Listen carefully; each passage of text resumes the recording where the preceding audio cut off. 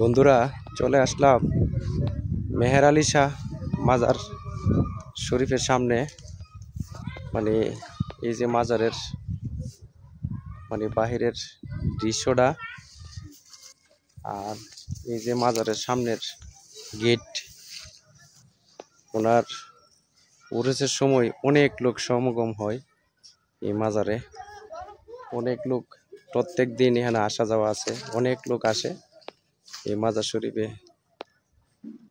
বিভিন্ন ধরনের মানত থাকে, বিভিন্ন ধরনের অনেক মনের আশা নিয়ে আসে এই মাজারে।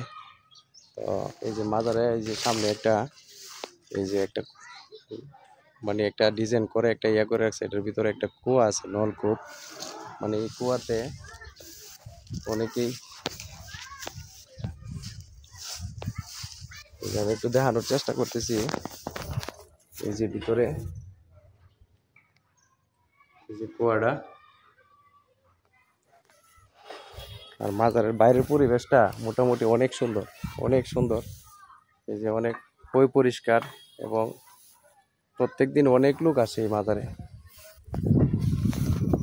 অনেক লোক আসে, অনেক লোকের সমাগম হয় এই মাজারের মধ্যে। তো এই হচ্ছে মাজারের গেট, মেন গেট। মাজারের ভিতরের পরিবেশটা আরেকটা ভিডিও আছে, আমি ওইটা ভয়েস করে দিতেছি, একটু আপনারা পাশে থাকেন।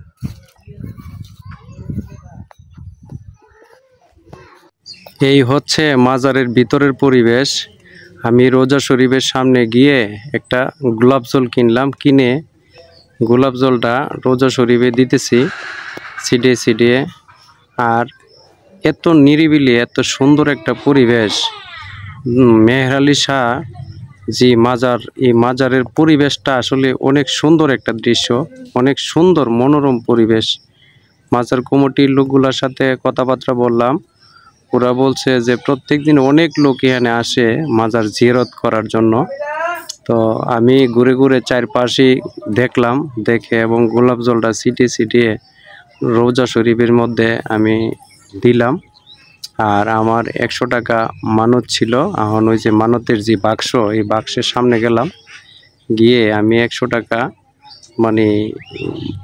দিলাম। দিয়ে মাজারের রোজার সামনে দাঁড়িয়ে আমি একটু হাত উঠায় আল্লাহর কাছে দোয়া প্রার্থনা করলাম যে আল্লাহ যাতে আমার মনের আশা বাসনা পূরণ করে। আল্লাহ তাআলার কাছে এটাই চাওয়া পাওয়া, আর অন্য কিছু না। সবাই একবার এসে ঘুরে যান, অনেক ভালো লাগবে, অনেক শান্তির জায়গা। সবাই আসতে পারেন। ধন্যবাদ সবাইকে।